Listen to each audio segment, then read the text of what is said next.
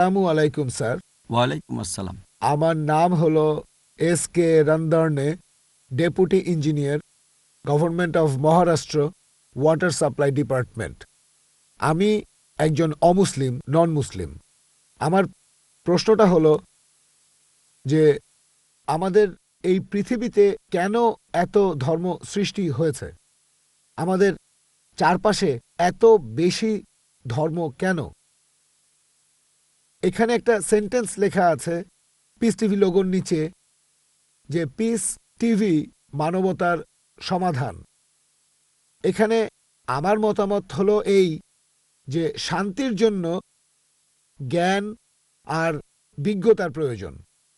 ধন্যবাদ। ভাই একটা প্রশ্ন করলেন যে পৃথিবীতে এত ধর্ম কেন, এটা প্রথম প্রশ্ন। আর তারপর একটা মন্তব্য করলেন যে শান্তি মানবতার সমাধান, এটা পিস টিভির স্লোগান। শান্তির জন্য প্রয়োজন জ্ঞান আর বিজ্ঞতা। আমি আপনার সঙ্গে একমত। আপনার প্রশ্নের প্রথম অংশটা নিয়ে যদি বলি যে পৃথিবীতে কেন এত বেশি ধর্ম, আমাদের বুঝতে হবে যে সর্বশক্তিমান ঈশ্বর আমাদের স্রষ্টা আল্লাহ সুবহানাহু ওয়া তাআলা পাঠিয়েছেন মাত্র একটা ধর্ম। আল্লাহ পবিত্র কোরআনে বলেছেন সূরা আলে ইমরান অধ্যায় নম্বর 3 আয়াত নম্বর 19, ইন্নাদ-দীনা ইনদাল্লাহিল ইসলাম। একমাত্র ধর্ম, একমাত্র জীবন দর্শন যেটা আল্লাহ তাআলার গ্রহণযোগ্য, সেটা আল্লাহ তাআলার কাছে আত্মসমর্পণ করা। আল্লাহ তাআলা মাত্র একটা ধর্মই পাঠিয়েছেন।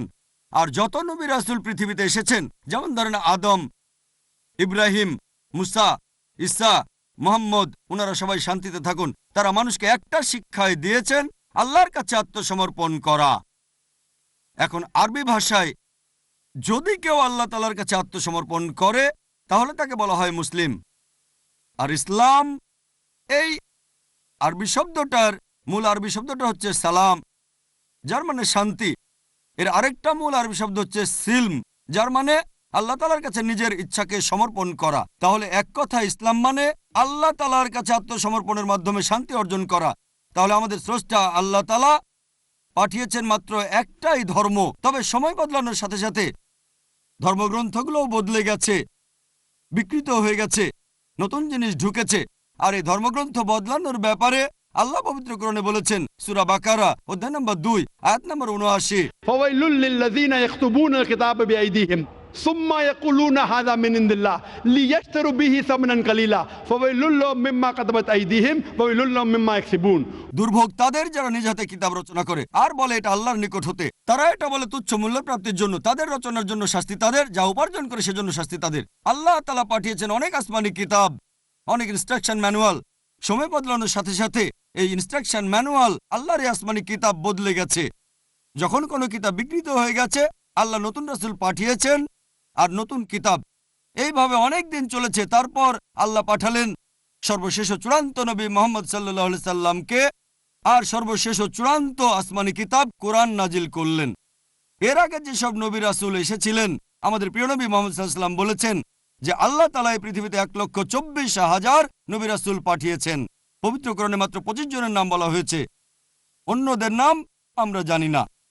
হতে পারে একজন প্রশ্ন করেছিল, আপনি কি মনে করেন, একজন হিন্দু আমাকে এই প্রশ্নটা করেছিল, আপনি কি রামকে আল্লাহর রাসূল বলে মানেন, অথবা শ্রীকৃষ্ণকে কি আল্লাহর রাসূল বলে আপনি মানেন?